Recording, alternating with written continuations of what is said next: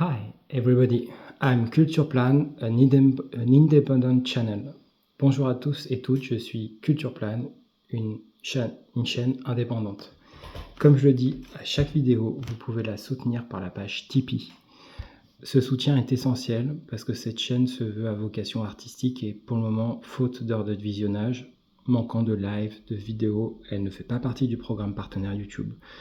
Si vous êtes 100 personnes, 50 personnes à faire un don de 10 euros, presque la moitié de l'objectif est rempli. Si vous êtes 100 personnes à faire un don de 10 euros, l'objectif est quasiment rempli. En effet, il y a 9% qui part à Tipeee, puis après il y a 20% de cotisation sociale.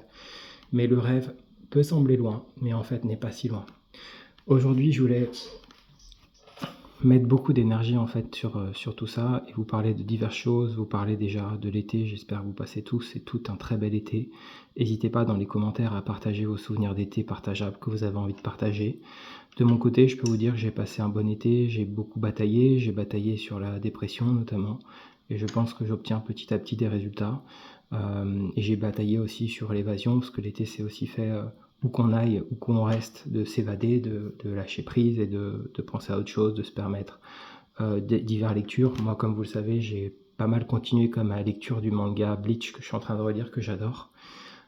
J'ai pas l'intégrale parce que je m'étais arrêté en fait à la fin de l'arc Daisen, puis j'avais un ou deux mangas, puis j'ai commencé récemment à acheter les tomes d'après, me rendant compte en fait en ayant appris justement l'anime qui était sorti, la puissance en fait du manga d'après, donc voilà. Mais là, je suis vraiment sur la relecture de l'arc Daisen. C'est un manga que j'aime toujours autant. Je me remets aussi un peu à jouer à la PlayStation 1 comme vous pouvez le voir. Il y aura d'ailleurs tout à l'heure une vidéo sur Tomb Raider 3 normalement après cette vidéo. Voilà, à part ça, j'ai des attentes en niveau jeux vidéo. Je me pose des questions sur le Metal Gear 3 Remake, sur Ghost of Yotei, notamment Ghost of Yotei, parce que même si je suis pas extrêmement fan de l'aspect peut-être réaliste avec le côté un peu hémoglobine, en revanche, tout l'aspect graphique, tout l'aspect évasion, tout l'aspect esthétique m'attire beaucoup. Donc je pense que c'est un jeu qui pourrait vraiment m'attirer. Je sais pas vous de votre côté où vous en êtes par rapport à Ghost of Yotei et le remake de MGS3. Bon, même si Kojima évidemment n'est pas dessus, ça reste quand même une curiosité. J'ai toujours Death Stranding 2 et le jeu Bleach que j'ai mis en fait, j'ai même pas ma console chez moi, c'est pour le moment. J'avais besoin justement en vacances, oblige on va dire, je sais pas comment dire oblige, mais de faire un peu un break aussi, question PS5. Voilà, et puis récemment j'ai aussi vu le film Eddington de Ari Aster avec Joaquin Phoenix, Pedro Pascal. Je suis nul, comment elle s'appelle, l'actrice de La La Land, hyper connue, Emma Stone. Voilà, et bah écoutez, j'ai plutôt aimé. En même temps, quand je suis sorti, j'avais l'impression de ne pas avoir trop aimé, parce qu'en termes de rythme et de diverses choses, il y avait des choses qui me gênaient. Puis j'étais aussi sorti pas tellement loin de mon visionnage de nouveau d'Orange Mécanique de Stanley Kubrick, parce que j'ai eu le coffret, l'intégrale. Voilà, et qui est sûrement l'un de mes cinéastes préférés. Parfois je dis le cinéaste préféré en tout cas.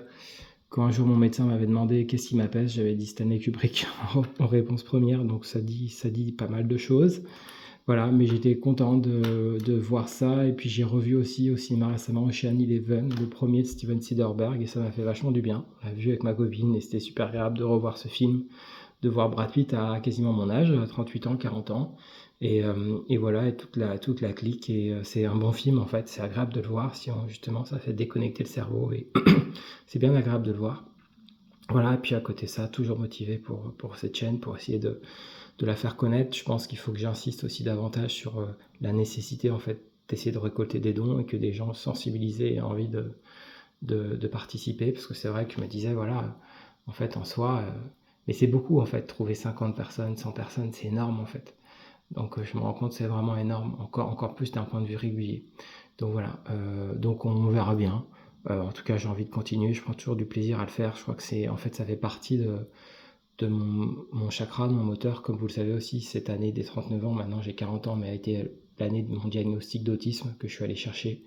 Et sûrement, ça explique, même si j'aime pas tout réduire, mais justement, cette chaîne, c'est comme un intérêt restreint, en tout cas un besoin vital, voire même parfois un élan vital, comme dirait Bergson. Et voilà, c'est une nécessité intérieure, en fait, de faire tout ça de toute façon.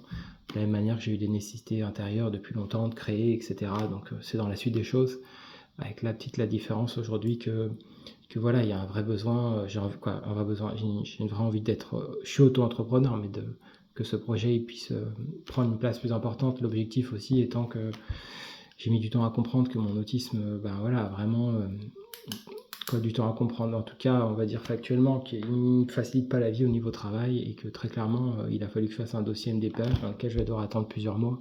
Mais c'est vrai que j'espère avoir une RQTH pour, en fait, je n'aurai pas, je pense, franchement, de AAH, mais par contre, une RQTH pour être adapté par des conseillers adaptés qui connaissent.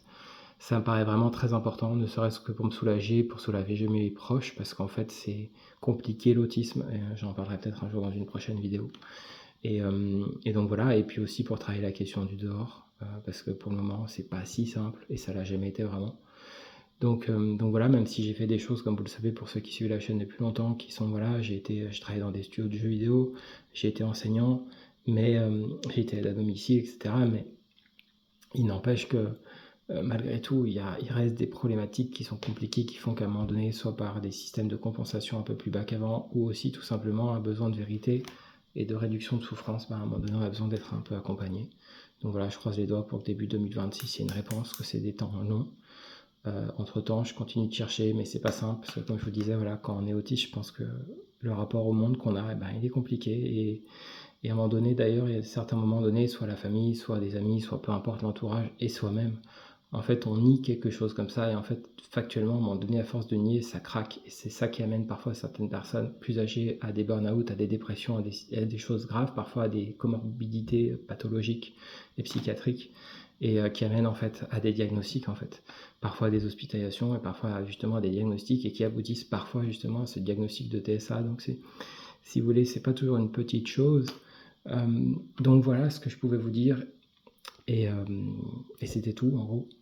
Je vous dis à tous et toutes bientôt. N'hésitez pas justement à partager vos récents coups de cœur cinéma, à partager vos attentes jeux vidéo, à partager aussi les jeux vidéo auxquels vous avez joué cet été. J'espère que dans les prochains mois, les prochaines semaines, j'arriverai à finir un jeu pour refaire une critique comme j'avais fait sur certains jeux. J'avais été agréablement surpris d'avoir récemment un commentaire bien des mois plus tard sur une vidéo, sur une critique d'un jeu Warhammer, je crois. Et je me suis dit, ah ouais, c'est vraiment super quand tu fais des vidéos comme ça, parce qu'en fait, l'algorithme, il peut un peu travailler. Parfois, des semaines après, tu as un commentaire et les gens ont apprécié. Donc voilà, je trouve que c'est, ça me motive de continuer, même si ces choses sont très parcimonieuses, mais ça motive quand même. Je vous dis à tous et toutes, bonne journée, et surtout merci, et à bientôt. Salut!